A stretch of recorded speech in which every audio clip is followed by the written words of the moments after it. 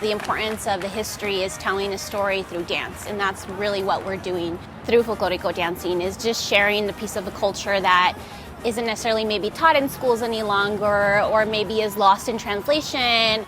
Being able to really learn about this is the story, this is the why behind it, is really helpful to them. For us to teach the history of the whys and the whats and why we have to continue it is super important for our group. We do love the beautiful dresses and the music and the togetherness that we have within our dance group and our culture. So showing our younger generation that, yeah, this is how we connect. I might not know you, but I still will hug you and give you a kiss on the cheek, because that's just how we do it. We want to connect and show you how much we care about you. I mean, you're not our blood, but you're still our family.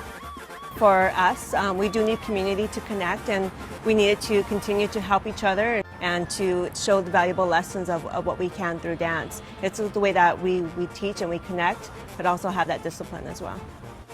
Both of us got started dancing ballet folklorico in Tucson, Arizona. That is where the original Instituto de Folklor Mexicano was founded. That is where we met dancing throughout our youth, and when our group ended and we moved out here, we wanted to continue the traditions that we grew up with our dance group, and we re-established our nonprofit here.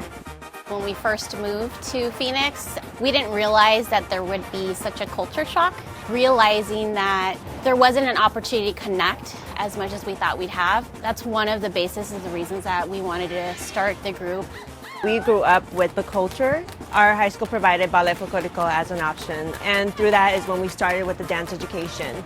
Once we transferred to the actual ballet folklorico group is when our instructor, Ambrosio Hernandez, actually taught us the different parts of history of Mexico, along with the music, the vestuario, the culture.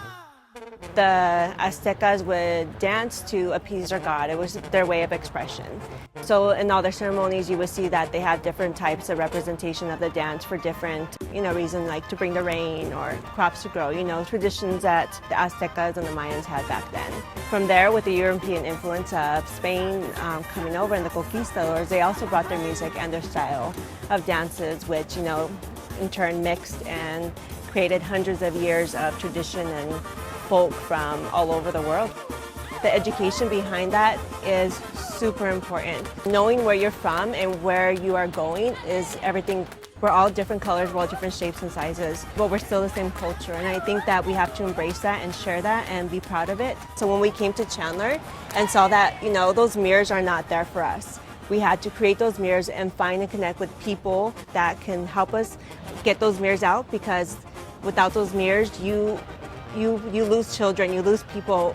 If I didn't have those mirrors in high school, I don't know where I would have been, because it was having those people that looked like me and people that believed in me is why I'm here today. So providing those mirrors within this community, even outside of Chandler and within Chandler, is priority for us. Like, we have to do better and we have to lead by example.